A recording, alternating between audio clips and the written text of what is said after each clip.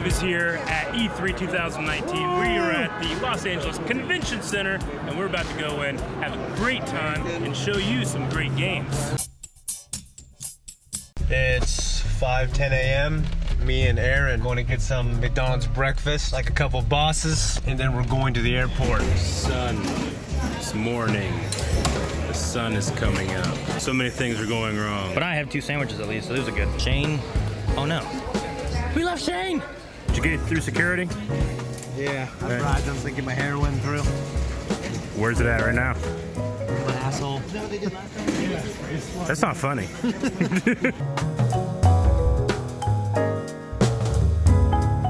if I can make this attractive.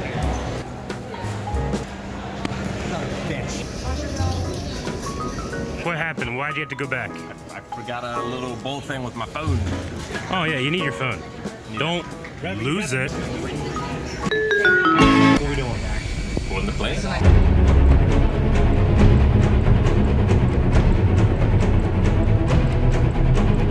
Here at baggage claim, picking up our stuff. We landed safely. It was a good time. Waiting for these freaking bags, man. Wait. How long have we been waiting for this damn ride? Not longer than you can imagine. I can imagine quite a bit. It's been like an hour. We found an Uber driver. Lyft. We got Lyft. Lyft. Uber. Shit. Where are we at? The hotel. It's kind of a nice hotel. It's really hipster, but not in a way that bothers me. It's nice. Can't decide if it's stylish or cheap. That's what they were going for. Cheap style. Now? Not now. I want food. You should get one of those for Mel. Now. No. What's that? It's a really big piece of artwork that I did. You did that? City of LA, yep. Alright guys, Eric draw shit. I've never played Doom. You play the old ones? No. The old ones scared the shit Never out of me. played Doom. Calvin has to take a long way around. He's got to check the camera. But we're here, boys.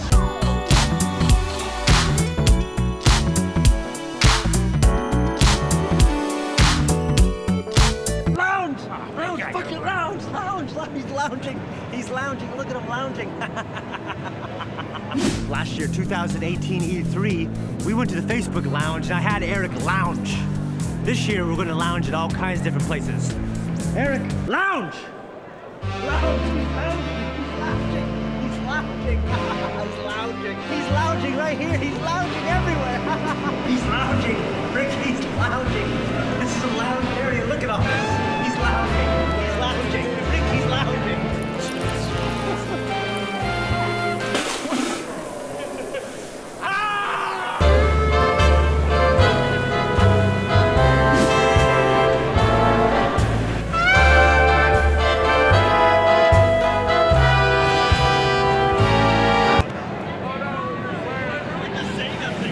Hey guys, we're here at the National Video Game Museum. It's the largest video game museum in the country. Looking around at some of these old school video game consoles, some of which we've owned in the past, some of which we have not. So we are also old.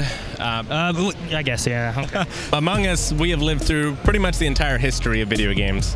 I played a little of the Atari 2600.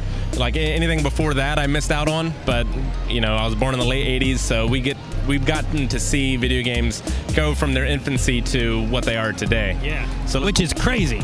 Some crazy stuff today. it is crazy. Although thinking back, Mario back then looked exactly like it does now to me. Anyway, in my mind's eye.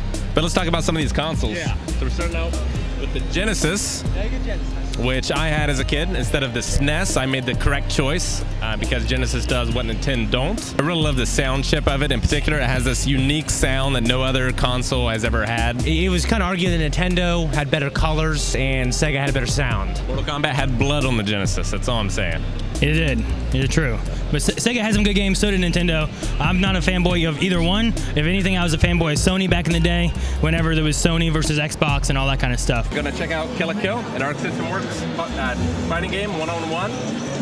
All right. Got it all. I'm a master.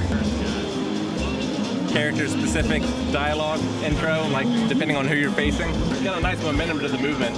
Like there's a good slide. Special attacks pretty cool. Awesome animation. So it looks like a sort of fighting game. You're trying to build up those meters to do your awesome epic attacks. Just in the second round, it feels a lot more fast, fluid, and fun. And finish. It seemed really fun, I have to say. I want to play more, check it out. Arc Systems has never done me wrong. I haven't actually seen the anime Kill la Kill, but I'm sure for fans of it, this is something that they can really enjoy.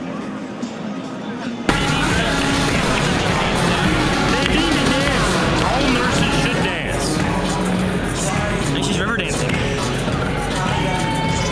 You got the power glove. Now you're playing with power as seen in the film The Wizard. The Singer sewing machine, this particular one is for the Game Boy Color, but they also had sewing machines that would hook up to the Nintendo Entertainment System as well. Like the 70s and the 80s, they were trying to market it as more of a computer that had all these different functions to try to get people back into the video game industry, and it worked. Didn't it also try to throw itself in as a toy? A toy too. It could hook up to like sewing machines. It could hook up to Rob, and that was sort of the toy aspect of it. That's how they started catering it towards boys, so in the boys' toy games area, and then that's why you didn't get a whole lot of girl-related gaming stuff that you're starting to get much more now. Yeah. And of course, the Nintendo seal quality helped keep everything consistent as well. You always need a seal. What was crazy about that is the president of Nintendo at the time, he was known for coming, like being in a bad mood, walking into, the developer, into what the developers were doing, and axe a game that he approved earlier, and it's further ahead in development, it's 90% done. He would just say, it's done, it's axed. And they would lose, hundreds of thousands of dollars, thousands of man hours, just because he thought when he walked in at that moment, it didn't look good. So That is crazy. There's a really good book on the history of Nintendo called Game Over, Press Start to Continue that covers all that stuff, including like Tetris coming over to America, which is like almost this Russian spy novel thing of different like countries trying to meet in secret with these Russian agencies trying to get the rights to Tetris. That's crazy. Yeah, it's pretty amazing. Well, just imagine what games maybe we missed out on just because of the cancellations of games like that. We got a Pokemon here. I don't know what it's called. What is this Pokemon, Eric? What? Okay, I don't know what it is, but Nintendo just means video games to me. Yeah. It's like so much more exciting being here than in the other hall. Last year, this entire thing was one giant screen with Super Smash Bros. On it. This feels like the real part of E3 over here. Mario and Sonic Olympic Games. What's your name? Player one. And I'm Shane. Nice to meet you. She's gonna be with us here. I think it's froze. This is a fucking outrage. All right, you know what I think we should do? Skateboarding. This is kind of like the casual method. Sorry? Is this like a casual method of playing? I mean, it's easier. Okay, so it's casual. Can't be Yoshi. It's gonna be bad. Yes, I'm sure that's what's gonna make you bad. Woo, baby! It's a little better than I thought it was gonna be. Pretty pleased that I'm not in the podium. Hey, you know what? You didn't know you were going against me. Am I Eggman? Son of a bitch. That fat fuck. What the hell was that? Calvin, are you catching these big waves?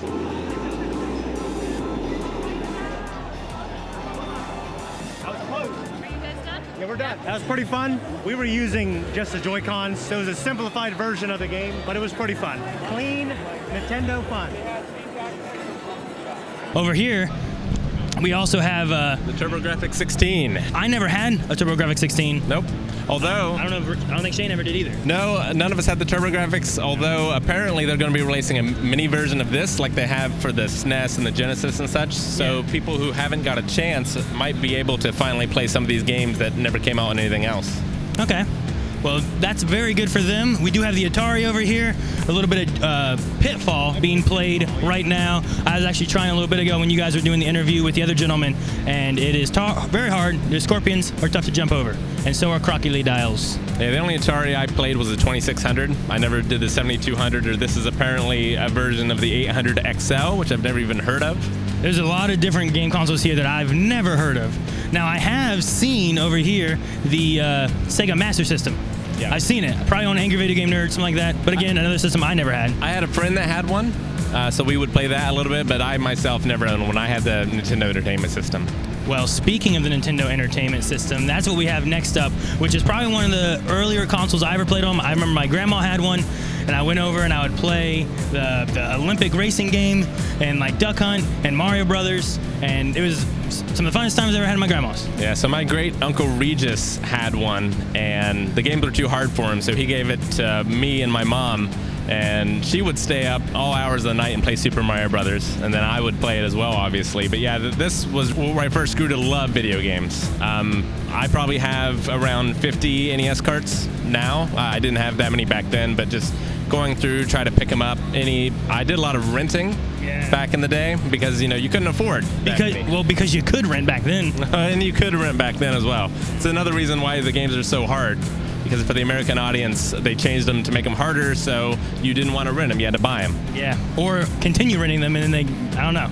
Either way, you're spending a lot of money somewhere. Shane, you had a Nintendo Entertainment System as well, didn't you? Well, I had a Nintendo, and I also had a Super Nintendo basically at the same time. I played Mario Brothers 3, Ninja Gaiden, Battletoads. What else I play on the Nintendo? That's it. The next one here may very well be the first game console that I think my family ever had.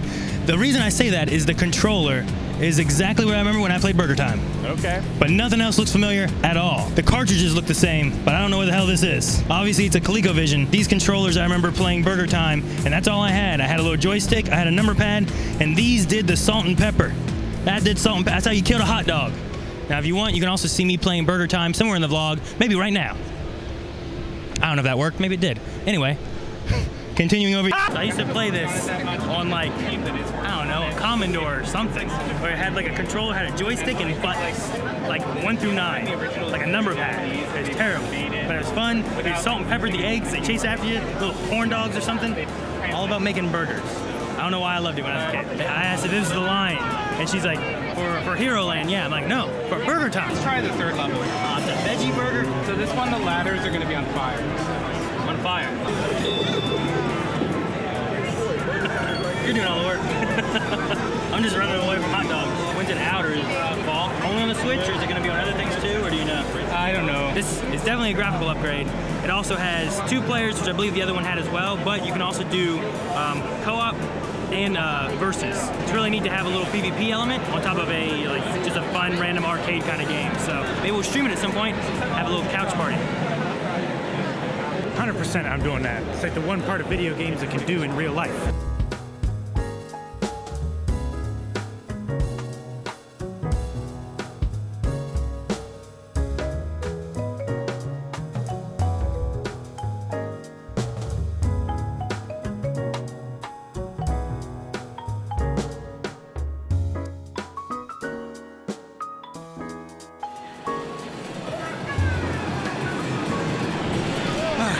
That's fun. Shane Farley from Blind Wave here. What's your name? My name is Joe Garski. I'm the social media and community manager here at the National Video Game Museum. What can you tell us about that? So the National Video Game Museum really started in the 70s and 80s when our 3 co-founders, Joe Santulli, Sean Kelly, and John Hardy, all met through via like bulletin boards online. And it was just very early stuff of like these 3 guys who just decided, hey, why don't we put all our stuff together and start building a collection? And it grew and grew into a newsletter called Digital Press that then spawned into what we know now as the National Video Game Museum, with a real location, with tons of one-of-a-kind items. We're the largest museum that's only dedicated to video games, and we're just hoping to represent that and keep all of these really important stuff that was being thrown away in the 70s and 80s, like all of these prototypes that are one of a kind, keep them safe and keep them for everyone to come see and enjoy and learn about. It's just kind of the place to be for preserving gaming artifacts and gaming history as a whole. I talked to Sean a little bit ago. He mentioned there's some stuff unique to his collection. Yeah. Stuff. Can you show us what that is? Yeah, sure. So the first thing I'm going to point out is this mini Vectrex here. The Vectrex was a system that had a monitor built into it, and it used vector graphics, and it was one of the first examples of like what we know now as like the Switch, where you can take it anywhere. Except it was much larger. And this was actually the mini Vectrex, which is a prototype. It's the only one in the world. Only one in the world. Yeah, and we found this recently actually. It was being developed by GCE when they were bought by Mattel, and they showed it to Mattel, and Mattel decided, well, video games are going downhill. It was around the big video game crash. Sad time. Exactly. And so they trashed the idea. This is the only one that was ever produced to our knowledge, and we just found it about 6 months ago, and here it is. What are you doing? I'm doing the rock climb. I'm signing my life away, so in case I die. All right, Aaron is getting suited up. He, any moment now, is going to get strapped to that wall. Him being filled with hot air is going to help him rise up, I think. I believe so. He certainly is strapped in and ready to go. The glutes, especially on Aaron, looking great today, Rick. All right, we got to go around, it looks like. He's going to be on the right side. Calvin scaled this thing like a goat. He did. Calvin is squirrely. Aaron is weaselly. Oh, he's grabbed if you see, he's grabbed the rope. He's going to mess it all up. He's going to die, Rick. I mean, he's played a lot of Uncharted, so he should know how this works. He is going up quite fast. I am quite impressed. Yep, he's going to get up there. He is going to smack that thing. Trying to find foothold on that right foot. He just can't find it. Oh, he's sneaking down a little lower. Where is he going to go to next, Rick? Where is the strategy here? Well, the strategy is to just sprint. This is a relatively short thing. He's just got to get up there before he gets too tired. Oh, he's taking his phone out, texting his wife, I think, to really, he's taking a selfie. He's styling. It's risky. Hopefully no one sees. The woman down here is incredulous that he would take a selfie at the very top. Now let's see him put it back in the left butt pocket. Oh, yep, and he touches. That's just sheer arrogance, Rick. And he's scaling down like Snake in Metal Gear Solid, and he's down. All right, that was a fantastic dismount into an otherwise mediocre climb. I like the styling with the phone. I'm going to give it 6 out of 10. How's it going? That was fun. I liked it. It was a little hard, not too bad. I was hoping you dropped your phone. No, I was hoping we didn't either. I asked him, I said to the guy there, I'm like, hey, when I get to the top, I'm going to hold a 3-point hold and do a selfie. Is that okay? He goes, yeah, sure. I was like, all right. I'm not going to tell my guys behind me, though. So then he put me right here so you guys could film while I did that. So it was fun. Now I got to go get a T-shirt. Yeah, good stuff. Well, Aaron, that is very, very impressive. But you know what's more impressive? Do it with 100 pounds strapped to your whole body. All right? Okay. I mean, I got 200 pounds strapped to my body. Do it with me on your back. An extra 100 pounds. Oh, it's like 300? Yeah. I think that's over the weight limit, Eric. Let's go check. Unfortunately, it is. So I'm going to play Biomutant. I've seen this game for a while. I've always been pretty interested in it. I kind of haven't read up too much on it. I just think it looks really interesting. So I'm going to try it right now. Okay, so you can recode your DNA. You can be faster, smarter. Okay, so where do I got to go? Oh, shit. I died, Calvin. And it really reminds me of like a rare game, United Kingdom type developer. As I was playing the game, obviously showing me the ropes, the action kind of reminded me of God of War or Devil May Cry. As I was playing, I was getting all these new abilities, like the ability to, it sounds weird, but to grow into a huge bubble and use that to jump across great distances. The version that I played had a single attack, and it didn't have a block button that I knew of. I was facing this boss, and as you can see, I wasn't good enough to beat him before the demo time ran up. So, but yeah, it was fun, and I can't wait to see more of it. So we're here getting ready for the Cyberpunk presentation, Cyberpunk 2077, which actually, if anything, Rick should be talking about this. Yeah, really looking forward to this, based off from an old RPG from back in the day. Huge fan of the Witcher series, so I can't wait to see what the studio does in a cyberpunk future. What futuristic beverage are you drinking? Dr. Pepper. Shane Farley from E3 here. We got Matej. I'm sorry? Matej. Matt. He told me Matt earlier. Yeah. Where are you from? Czech Republic. He's a wave rider. You just wanted to say hi. Hi. So what do you like to watch a blind wave? I really loved the Game of Thrones reactions. They were awesome. Hell yeah, man. Hell yeah. Like, the show was terrible, season 8, but... I don't know about that. Okay, but wait, we're glad you like our stuff, man. What are you looking forward to from Blind Wave?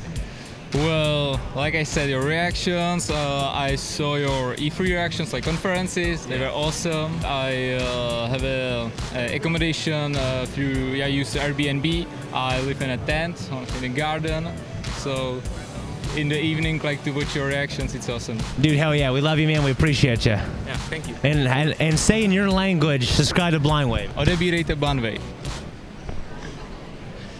What is this thing, Rick? This is the Vectrex, which I believe was more popular in Europe than it was in America. It's something I've never encountered, although I've seen around. This one's actually in fantastic shape. A lot of times the television of it will be blown out, nowadays, but this one's in fantastic shape. You can see what the Odyssey 2 is over here. Some of these over here are consoles I've never seen or heard of.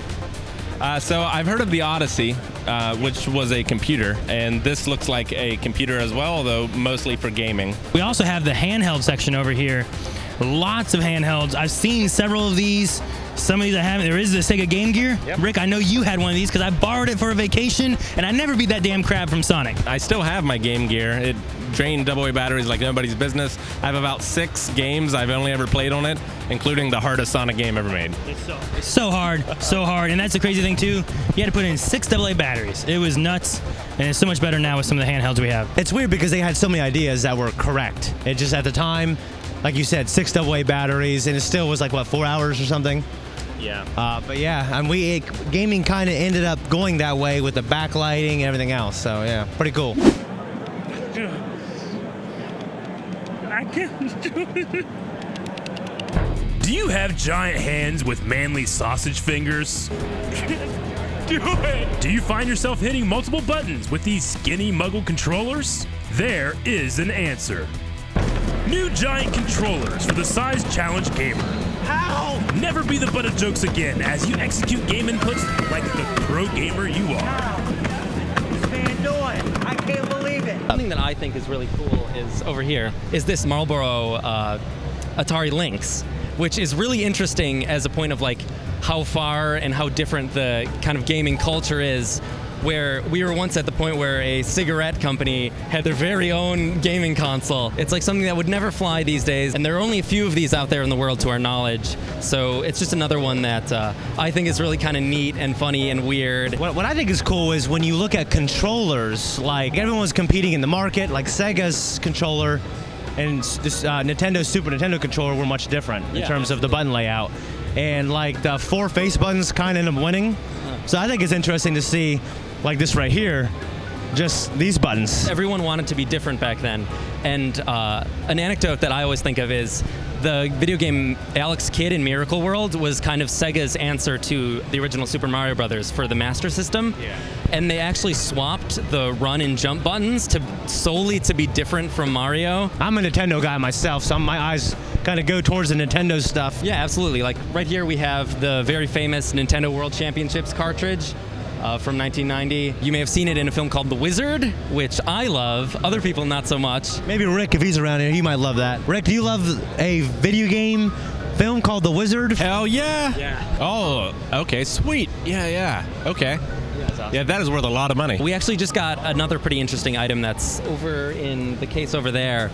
It's a electric conga drum that was made in the 1970s by Gunpei Yokoi, who is the creator of the Game Boy and also the Virtual Boy. It's really interesting when I get to see Nintendo stuff from before Nintendo was making video games. So stuff like the Ultra Hand, stuff like the electric conga, that stuff is really interesting to me, and like it makes me totally geek out as a Nintendo fan. Like, oh, this is before Mario. It's awesome. Lots of Doom stuff here.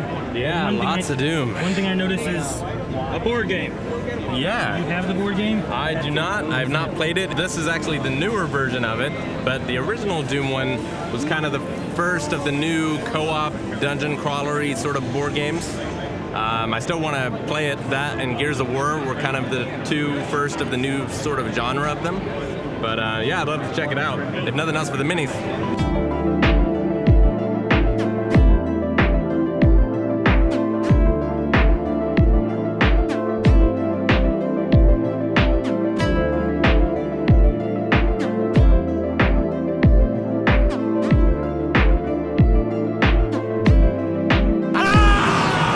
This is a hardware emulator. It plays Nintendo and Famicom. Right now I'm playing Exarion. It's light, feels fucking amazing. The buttons feel like Nintendo NES controllers. To be honest, I don't know what this game is. Okay, it's hard to do. All right, there's momentum. Shit, okay, Rick, you try. It's got a good color scheme too with the gray and the black. It's a little hard to hear, but it sounds like hardware audio. Cool. It gets much louder. Also has 2 wireless controllers that you can connect. This is actually going to be released in July. Reese of July? Yep. Okay. Retails for $79.99. 79? $79.99.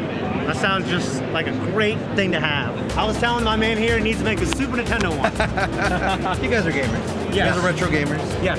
You go to retro stores, shops, stuff I like do. that. I want to look for an NES. I want to look for a Famicom. Yeah. You know what? It might not be clean. So let me go ahead and pull out my cleaning kit.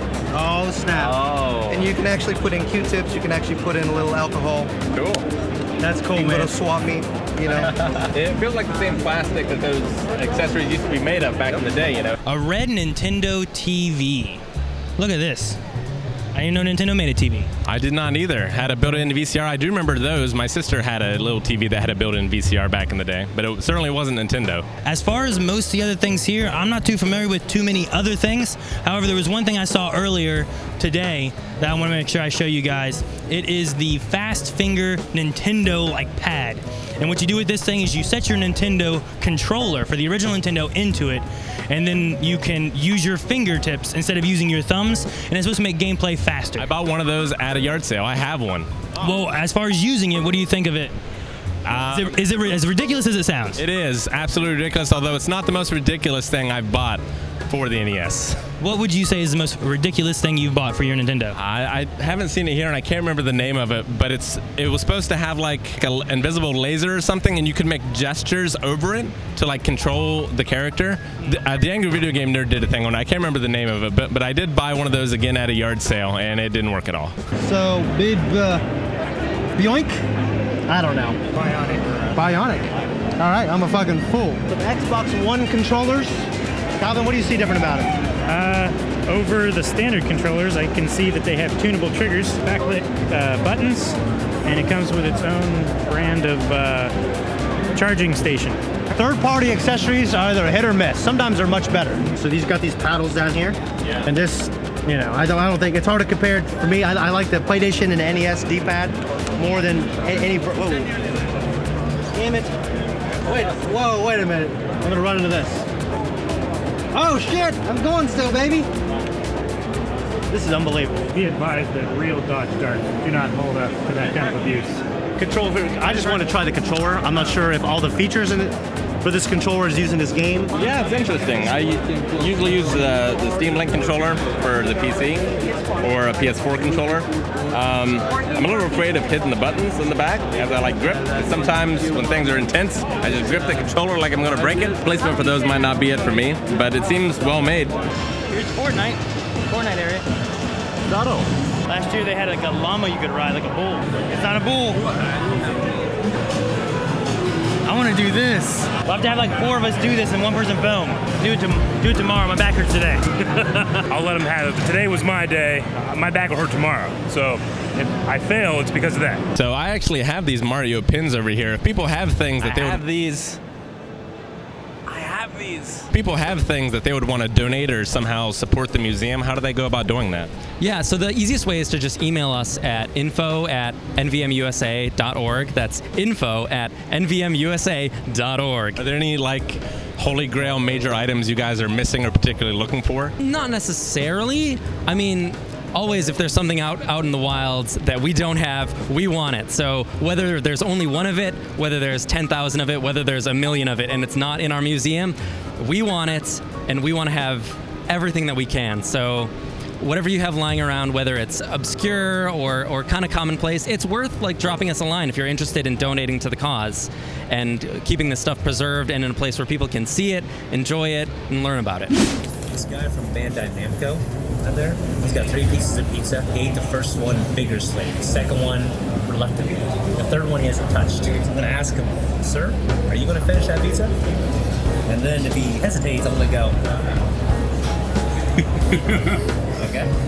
Shane, that's not socially acceptable. It's not socially acceptable for me to wear velvet. Go challenge the limit, Shane. Now I'm kind of embarrassed. You can do it. You can do it. You can do it. He does it, I'm gonna walk that way. He's just not come back.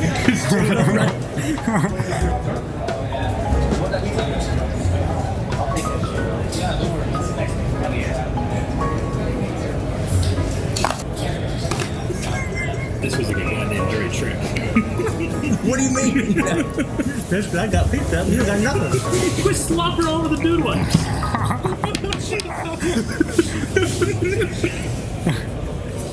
right, what's next?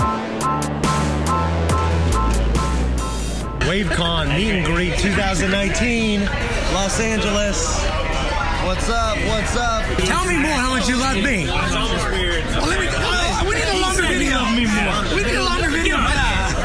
I'm the only sports fan in the group. Yeah. I respect that. Right there, man. But yeah, no, I love Flying Wave. You guys have been there for me as videos when I was in a dark time, certain things, and every day I look forward to a new video. So this is the only way we can get this backpack. No, in. it's more than that, okay? So Calvin messages the group and said they won't let me in. They let us in yesterday. I was like, what the hell, right? So I went to the front, saw all these brothers up there. I was like, yo, what's up, man? I got my friend Calvin here. I showed him our lightsaber fight. And he's like, man, that's what's up, dog. You know what I mean? So we started talking. He's like, dude, we gotta hang out tonight, man. We gotta go to an after party or something. I said, yeah, let's do it. He told me, have my boy Calvin come up. He sees Calvin, and he's like, that guy? I said, yeah, he's cool. He's like, I don't know, man. He's got the shady look on him, bro. I'm like, dude, he's cool. He's like 25. He's a virgin. He was homeschooled. He's a sweet boy. And all these guys started laughing, high-fiving. Like, get your boy up here. You know what I mean? So we get up there, and then his supervisor comes and says he can't take the bag in. They can take the camera in. The only way they can take the bag in is if we crumbled up and put it in this bag. Well, this has a metal frame. So it doesn't crumble up. It does So not. I had to take out my toiletries, which I wasn't happy about. And we were stuffing it in there, and then the guy who was hooking me up, he looked at me and went, Jesus, you know? So he's like, come on, go ass out of here, boy. You know, that's pretty much, it was funny. It was embarrassing. We were dropping shit. Like, Calvin dropped the mic and made a loud noise on the concrete. He's like, fuck, bro, and he picked it up. Get on out of here, boy. You know, it was funny.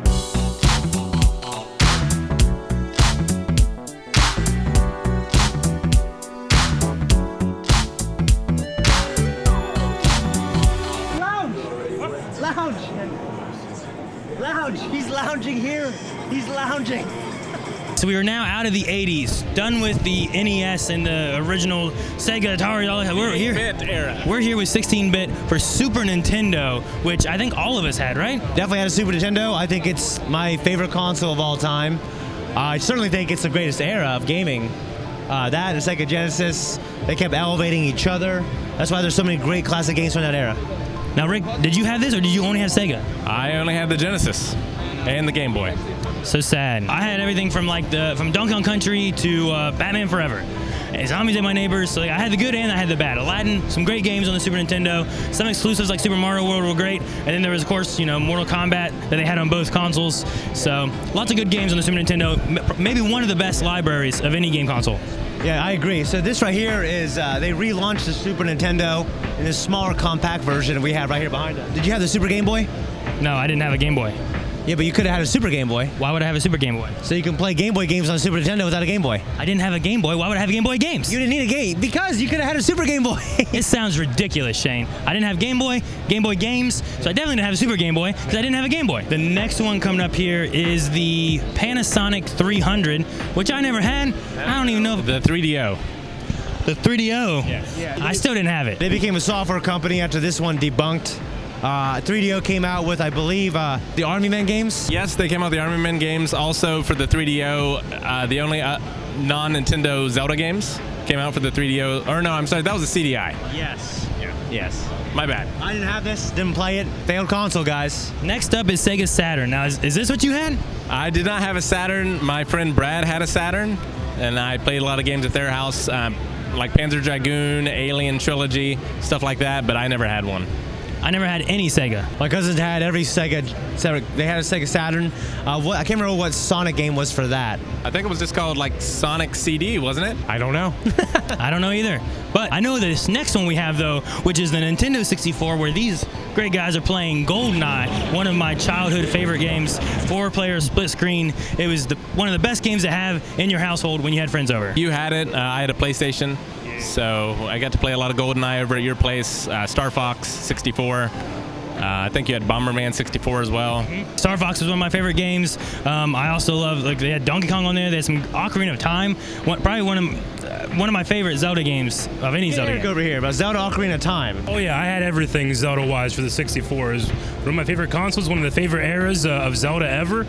I probably ruined my Nintendo 64 playing that game. You can say my relationship with my family.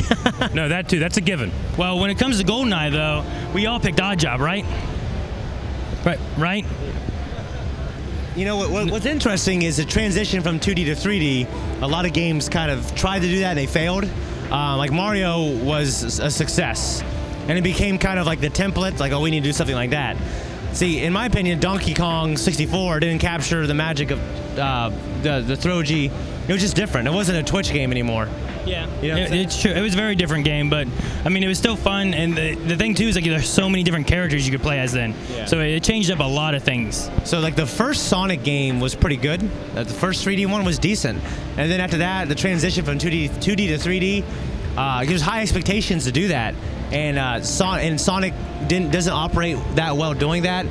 Sometimes they do. They've had modern games that are hit or miss, like Sonic Colors for the Wii. But now in modern gaming, we have 2D games, we have 3D games. There's no like you have to be 3D or you fail. Nowadays, like a 2D or 3D game can be great.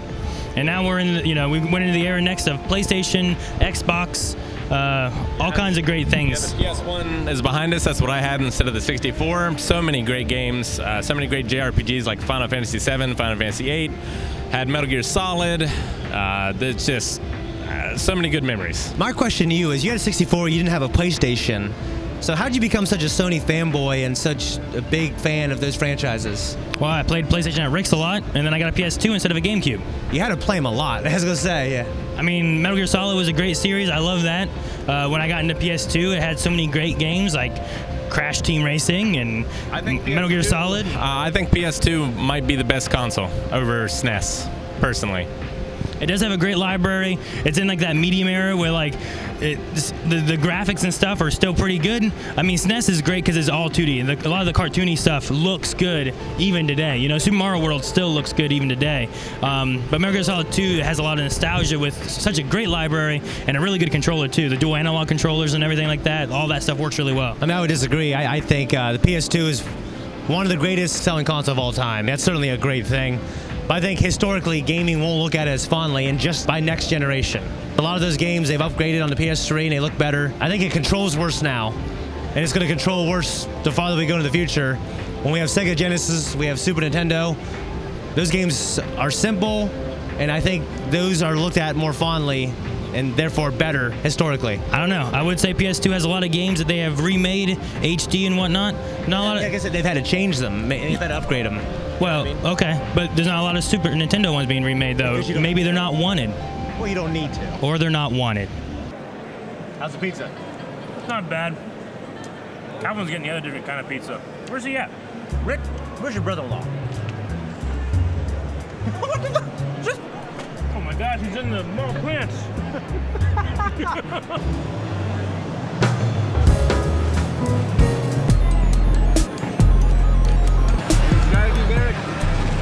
I'm going in without stretching, without thinking of strategies. That way, if I win, it's a miracle. If I lose, no one will judge me. A little bit of luck, a little bit of balance. Jumping as high as I need to without wearing myself out. No. Carrying like 4 bags, everyone's wallets. I'm just gonna leave.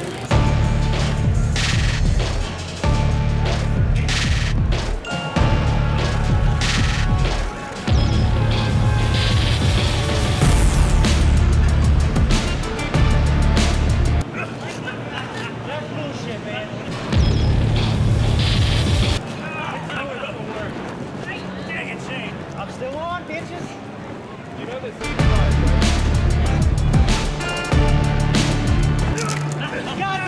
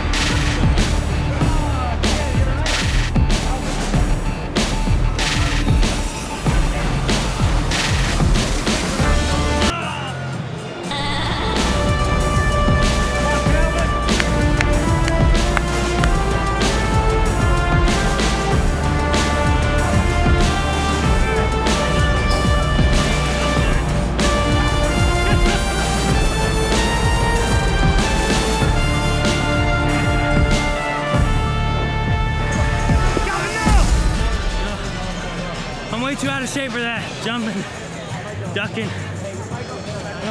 That's hard. Like, my muscles just gave out. Well, I think they deflated my side a bit because I was just lower than everybody else. I don't know why. It was fun. When you figure out the ducking thing, you just kind of have to do this. And it might nick your back, but the jumping, the way they screw up the way they screw up the timing. It's just so tiring. It's tiring, but like the one time, what got me was actually the second time I went around, I jumped and clipped my feet, but I landed on it. I landed on my shoulder. And then I had to push myself up. I realized that fucking hurt.